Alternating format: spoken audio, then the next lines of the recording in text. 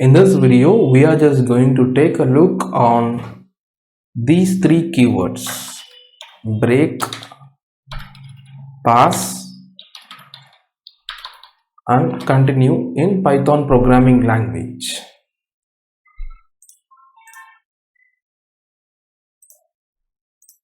So let's start with the pass keyword.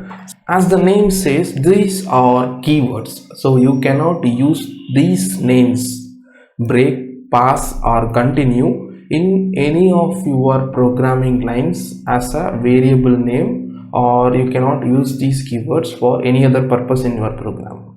So these are all fixed keywords and these serve some purpose, and that is what we are just going to experiment and understand in this particular video.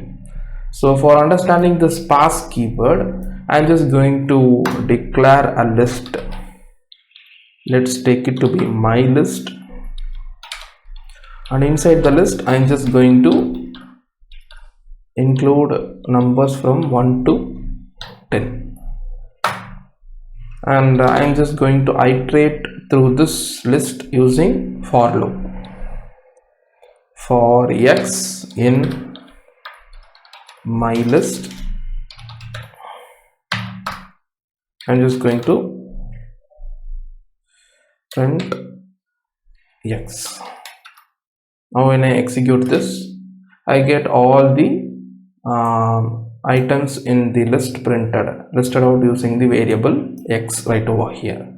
But if I want to skip this loop for a particular reason in my program, I can just comment this out, right? So when I try to execute this particular program, you can see it is throwing an error stating that in line 3 print x comment incomplete input.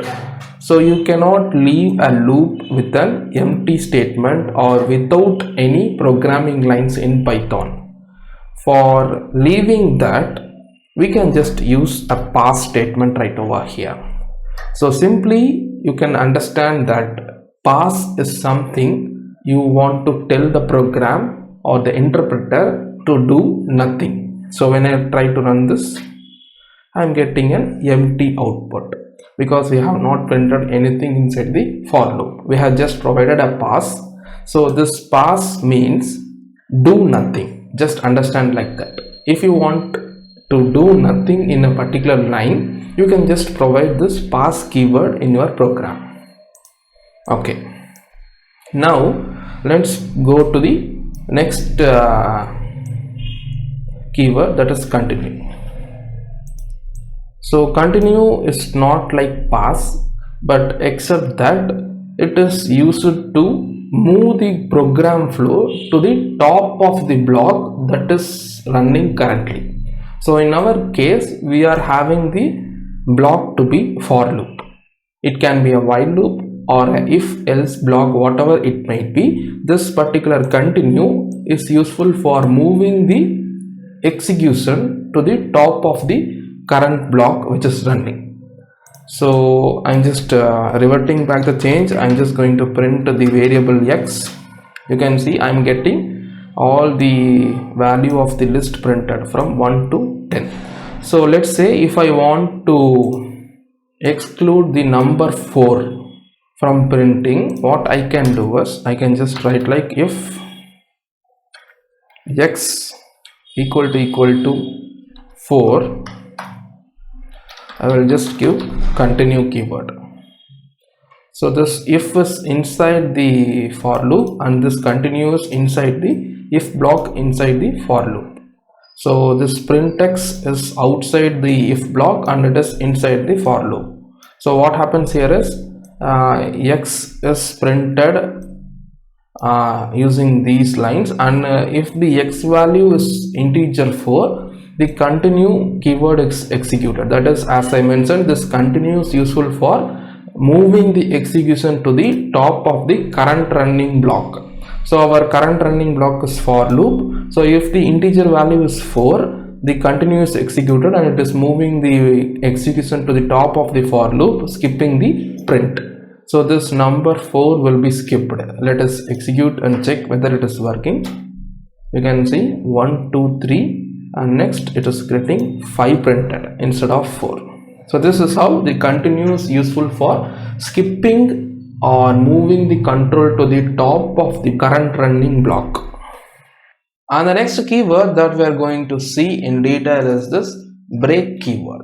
I'm just going to put this break keyword in place of this continue in the same program. And now what happens here is, whenever the for loop here runs and meets with the integer value 4, that is, when this condition is true, the break keyword is executed. So basically this particular break keyword is useful for exiting the current running block or moving out of the current running block.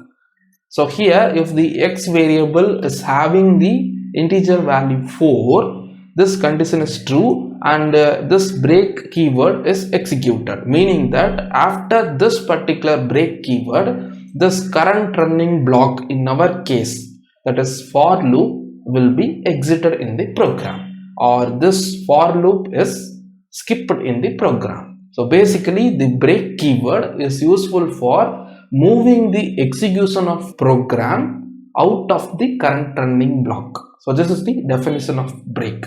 Now the expected output is the list elements till 3 will be printed, and when it is 4, the for loop is skipped, meaning that the print statement will not be executed from there on. So expected output is till 3. You can see when I execute, I got the integer values from 1 till 3. So I hope you learned something new in this particular video. See you in the next video. Thanks for watching.